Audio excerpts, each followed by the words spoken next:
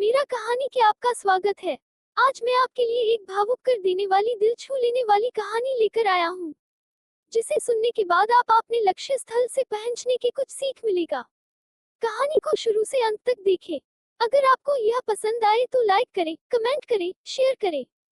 ऐसी दिल छू लेने वाली कहानियां सुनने के लिए मेरे चैनल को सब्सक्राइब करें और बेल आइकन दबाएं। चलिए बिना देर किए वीडियो शुरू करते हैं। वही व्यक्ति अपने लक्ष्य तक पहुंच सकता है जो किसी प्रलोभन में फंस कर रुकता नहीं है।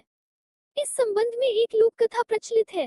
कथा के अनुसार पुराने समय में एक राजा की कोई संतान नहीं थी। वो बूढ़ा हो गया तो इस बात की चिंता होने लगी कि मेरे बाद इस राज्य को कौन संभालेगा। राजा ने अपने गुरु से पूछा, इस समस्या का हल पूछा। गुरु ने कहा कि राजन, अपनी प्रजा में से किसी योग्य व्यक्ति को उत्तराधिकारी बना देना चाहिए।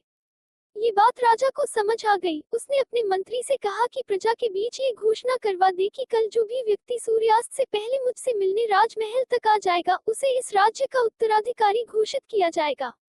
ये बात सुनकर मंत्री ने कहा कि महाराज, ये तो बहुत ही आसान है, पूरी प्रजा ही राजा बनने के लिए यहाँ पहुँच जाएगी। राजा ने कहा कि ऐसा नहीं होगा, मुझ तक सिर्फ योग्य व्यक्ति ही पहुँचेगा। आप घोषणा करवा दीजिए। मंत्री ने राजा की आज्ञा का पालन किया और प्रजा तक संदेश पहुंचा दिया। अगले दिन बड़ी संख्या में लोग उत्तराधिकारी बनने के लिए राजमहल की ओर निकल पड़े। महल के बाहर राजा ने एक बड़े मेले का आयोजन किया था। मेले में शराब थी, नाच गाना हो रहा था, तरह तरह के स्वादिष्ट पकवान थे।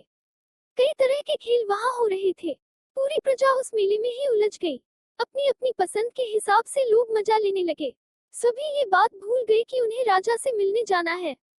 तभी वहां एक युवक ऐसा आया जो इन प्रलोभनों में नहीं फंसा, उसे सिर्फ अपने लक्ष्य तक पहुंचना था। वह सीधे राजमहल की ओर चल दिया। मुख्य द्वार पर दो पहरेदार खड़े थे।